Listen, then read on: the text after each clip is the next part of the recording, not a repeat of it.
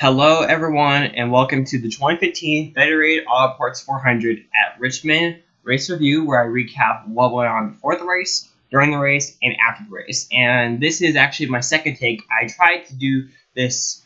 I did a previous take, my first take last night, but the thing is, I guess after doing some thinking, I realized that to me, I could have done a lot more better, could have explained more, could have been maybe a little more detailed, could have explained better. So to me, that's what I'm going to try to do this time around. And to me, if you're someone that likes some good quality videos, then to me, I think you're going to get this time, as opposed to if you saw last night's video, which I already had deleted. But anyway, so I guess as always, I should give my thoughts on the race. In my opinion, this race was not good. It was okay, all right. I'm sure many people were going to call it boring, and I can understand that, mainly because, well, how about I explain a little something about my thoughts about Richmond overall.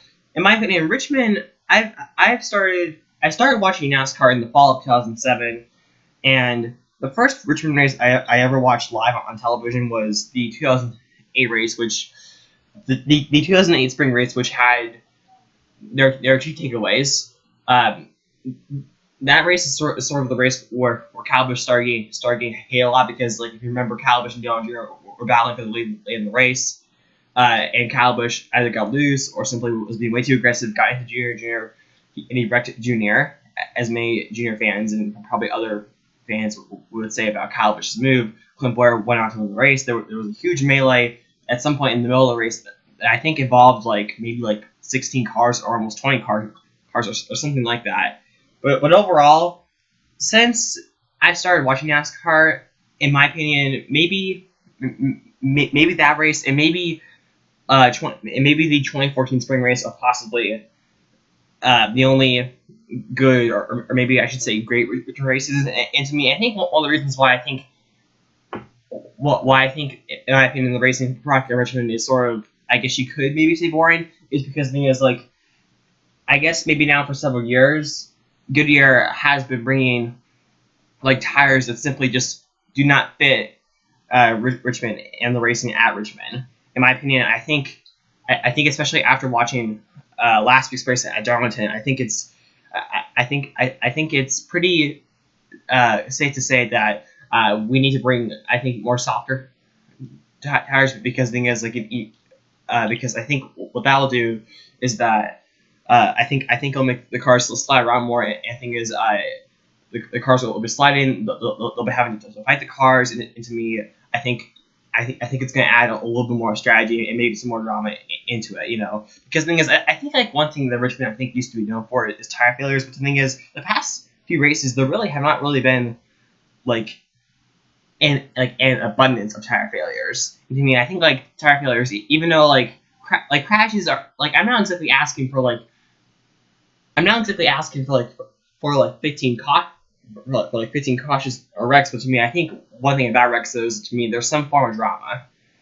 Some wrecks might have more drama than others, but to me, I think that's one of the reasons why I think many fans or some fans like wrecks.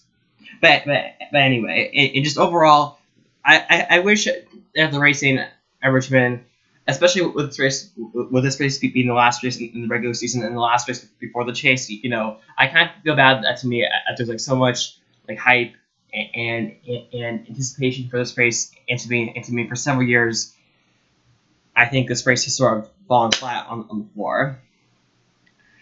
But we'll just see. We'll just see next season, as I think NASCAR is probably going to go low downforce and softer tires next season. And the thing is, in my opinion, this is also something that I don't normally say. If you know me, or if you were to know me, I really am not a huge fan of the Xfinity series because of its racing product and just overall the Cup domination in the Xfinity series. But honestly, the Xfinity race the night before was a lot better. And one of the reasons why I think that's also the case is because the thing is, in the Xfinity series, which I honestly think the Xfinity series rules package is actually worse than the Cup package, in my opinion. I think what made that race better is simply because there were simply more contenders. This Cup race that happened last night, really it was just the Matt Kenseth show. And the thing is like, Matt Kenseth, like, they were just good. I think Matt Kenseth was just good was just simply good right off the bat back in qualifying. Because in qualifying they were like super fast. And thing is that like Kenseth, he would go on to lead 352 laps. My bad. Yeah, so to me, because I think because it was also just simply the Matt Kenseth show. That's what also made the race unfortunately just fall flat, as opposed to the Xfinity race where there were possibly a good handful of contenders. But anyway, this is not me recapping Xfinity races, so to me, I'm just gonna put that away. So overall, before the race, I mentioned that this was the last race in the regular season and last race to make the chase, and pretty much entering in the chase. I personally feel like that the chase grid was already set, and I would had said this a couple weeks ago, but overall, I'm trying to find something.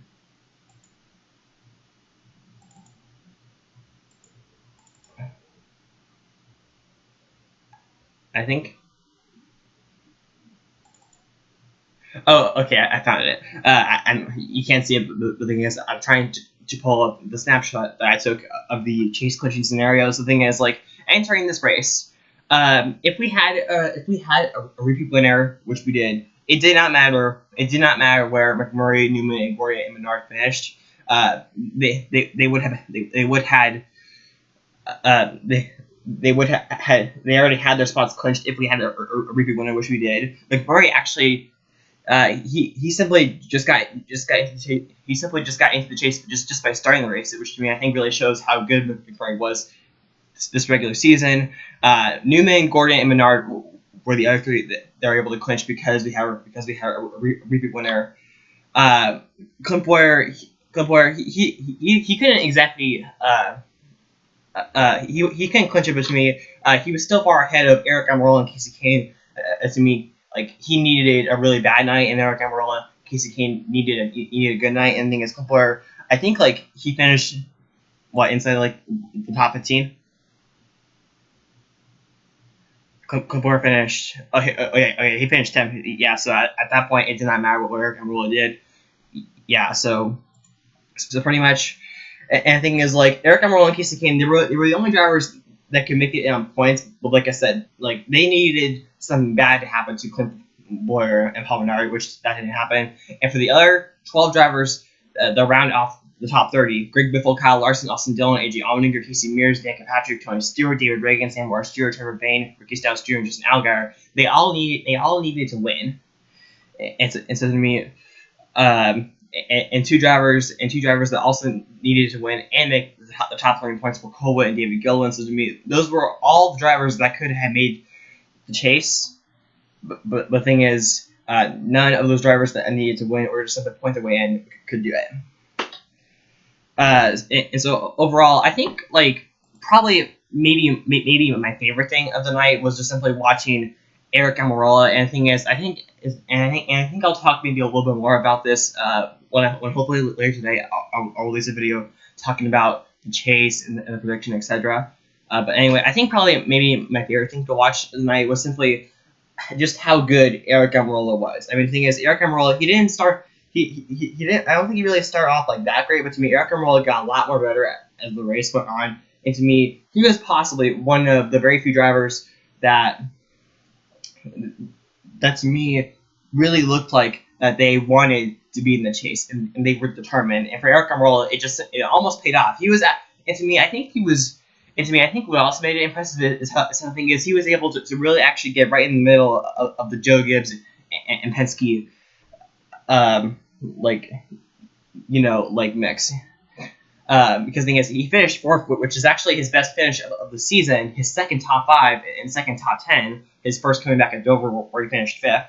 And overall, I think if you take away his win at Daytona last year in July, I think that this is possibly the best race I've ever seen out of Eric Almirola. And because of that, it actually made me a little bit of a fan, and it actually made me sad that he wasn't able to actually race to race his way into the chase. But it was a good try. Kyle Larson, he finished 12th, but to me, Kyle Larson, I think, was also able to turn a car that was maybe sort of like a 10th or 15th place car and turn it into a top 10 car. Pit strategy unfortunately held him back. So overall, I think like those two were by far the most enjoyable part of the race last night. But overall, when it comes to other drivers, I mentioned that Matt Kenseth's our winner. He led 352 laps. Kyle Busch finished second. Logano third. And so the thing is, the first three: Gibbs, Penske. And so the thing is, I think as expected, Joe Gibbs and Penske are still on fire. Hendrick Motorsports, who has been talked a lot about as struggling, and I think after Darlington, Rick Hendrick himself said that he needed to step up, I guess, as a leader. They were, in my opinion, a little better than what they've been in the past several weeks for the most part. Top 5 cars with Dale Earnhardt Jr., Gordon, and Jimmy Johnson. And for Jeff Gordon, definitely his best run finish in quite some time. Keselowski, who finished 8th, not as strong as I thought he would have been, mainly because last season he led all but 17 laps and went on to win the race. And I mentioned Clipboard, he rounded off the top 10. Carl Edwards, he was kind of the weak link. And speaking of weak link, that I honestly thought Denny Hamlin was going to be the weak link, because the thing is, Hamlin on last week on Tuesday night, he tore his ACL, or anterior cruciate ligament, which is a ligament in his knee, in one of his two knees, while playing basketball. I think it was like basketball practice. And the thing is, this is the second time it happened. The first time it happened was January of 2010, and if you remember that season, I think like that season was possibly Hamlin's best season ever. 8 wins and finished second place in the points to Jimmy Johnson. And so the thing is, I thought that injury would have actually had caused him to maybe finish around like 15th and be the weak link out of the Joe Gibbs bunch. But as of right now, it looks like those injuries are not stopping him. So the thing is, I guess Hamlin is going to be just fine. Anything else I can really say? Well, pretty much other than the finishing order, there were a couple of maybe some controversies or other interesting events. Noting at around lap 290 under a caution, Michael McDowell, who I guess was several laps down, didn't see one of the on-track vehicles picking up debris, because the caution came out for debris entering turn number 3. I guess he didn't see it, and all of a sudden didn't see it until the last second, tried to swerve to the left, and the thing is, he hit the back end of the car with the safety vehicle, and then a couple laps later, NASCAR called Michael McDowell and I guess the entire team to the NASCAR hauler. And so the thing is, something tells me that fine or penalty might be handed out. But to me, it was definitely a pretty random event. The other controversy, or I guess simply other event point out, was simply restarts. There were 2 restarts in last night's race that to me I think stirred something. One of them was Kyle Busch almost changing his lane before they got to the start-finish line, and the other one was next to the very last restart, where Matt Kenseth was leading Logano on the high side, and Kenseth I think actually got going. I think maybe a couple of seconds earlier, but NASCAR did not penalize Kenseth, which to me, to me, I think Kenseth did go a little earlier than expected. But once again, more restart problems. I think restart problems have honestly been a problem in NASCAR for quite some time, and possibly ever since they incorporated double power restarts, which to me I think are one of the reasons why restarts and restart issues have been talked about a lot more. Simply because when you have double power restarts, there's just simply a lot more confusion. And the thing is, NASCAR, they painted red lines, and the thing is they tell the drivers, but the thing is the drivers, I think the drivers and the teams have sort of been speaking out against NASCAR, saying NASCAR needs to do a better job at following the restarts, which to me I think Which to me, I think for the most part, I do agree, because the thing is, like, I think it's one of NASCAR's biggest inconsistencies. It's sort of the way that they handle restarts. Like, for example, like some drivers, I think they might get a free pass, and other drivers for some reason get nailed. It's overall, like, I think, like, maybe, in my opinion, what might solve this is maybe have some kind of like light, like around the restart, around the restart zone, and when the light turns green, then you go. I think that might possibly solve the issues with the restarts. But overall, I think NASCAR needs to do something, or I think NASCAR just simply needs to be better when it comes to mandating the restarts. Just my opinion. So pretty much, like, it's kind of pretty much almost all I really have to say if I think about it. So yeah, I think, like, when it comes, I think, like, I'm going to, like, save, like, the topic about the chase, and maybe Chicagoland, and beyond that, for the next video, which, like I said earlier, I'm going to talk more about, like, the chase, this year's chase predictions, and etc. Going forward. So overall, I think so. I mentioned Chicagoland, and that is where we are heading to next week. And the thing is, Chicagoland, when I look at the average finishes, it's a racetrack that we only go to once a year. And the thing is, I think one thing that I do like about Chicagoland is to me, even though, like, I don't really think even though I don't really think it really changes the racing or makes the racing better, in my opinion. What I think, one thing I think does separate Chicagoland just a little bit compared to its other mile and a half racetracks is how there is, like, a curved backstretch. To me, I think, like, Chicagoland is kind of like a good example. It's kind of like a good example of what some of these mile and a halves, when they were building all of these mile and a halves in the late 90s and early 2000s. I think, like, to me, like, when they were building all of those mile and a halves, I think some of them should have taken a note from Chicagoland and maybe tried to add something, like, unique to their layouts. Because to me, when I think about it, like, without that curved backstretch at Chicagoland, it's basically Kansas. You know, and when I think about it, Atlanta, I think is when it comes to the layout or outline, Charlotte, Texas, and Atlanta are pretty much all the same layout, quad ovals. So to me, that's one thing I do like about Chicagoland. And to me, also, Chicagoland, as time is going on, I think this started maybe a couple years ago, but the thing is, the surface is really starting to get worn out. Chicagoland has one of the oldest surfaces in NASCAR right now. Like, the thing is, like, it has not been repaved since they opened it and started racing there in 2001. And the thing is, possibly as the years go by, because thing is, I think, like, a repave for Chicagoland, I think it's going to be several years off in the distance.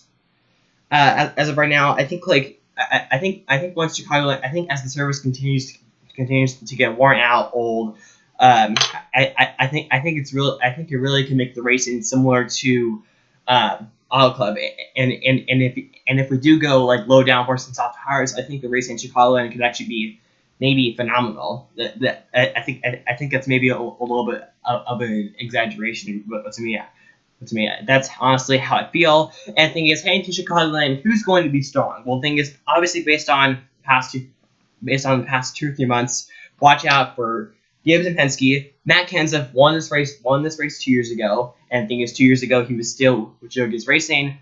I think he dominated that race. And Kyle Busch, I also remember him being strong. And when I think back to last season, Keselowski was very strong, pretty much almost unbeatable, and he went on to win that race. But actually, if you take away Kyle Larson's third place finish a season ago, the driver with the best average finish, even though Chicagoland is one of the few tracks that Johnson has not won at, Jimmy Johnson actually has the best average finish, 9.13 9.15 in just 13 races. And the thing is, I think like one thing about Johnson at Chicagoland is that to me, he actually won the very first Xfinity race there. But yeah, Johnson, despite all the success he's had in the Sprint Cup Series, he's never won. He's never won a Sprint Cup Chicagoland race there. I think he has come close on a couple of occasions. 7 top 5s, 10 top 10s. And the thing is, this season, 3 out of 4 Johnson's wins came on mile half racetracks: Atlanta, Texas, and Kansas. So to me, I think Johnson. I think honestly, Chicagoland might be the week where Hendrick and possibly even Stewart Haas Racing get themselves back on track and turn themselves into winning cars. And I think, never mind. Yeah. So to me, like that's pretty much all I gotta say about Chicagoland. And to me, I think I'll talk a little bit more about Chicagoland, etc. In the next video. So overall, I'm trying to think here. Is there anything else that I left out? I probably am leaving out something that I'm probably going to like catch myself later in. I think that's pretty much it. So I would like to thank you for watching this. I hope you enjoyed it, and I hope that if you saw the video last night, I hope you enjoyed this one better if you chose to watch this. Thank you all for watching. Be sure to rate, comment, subscribe, and bye.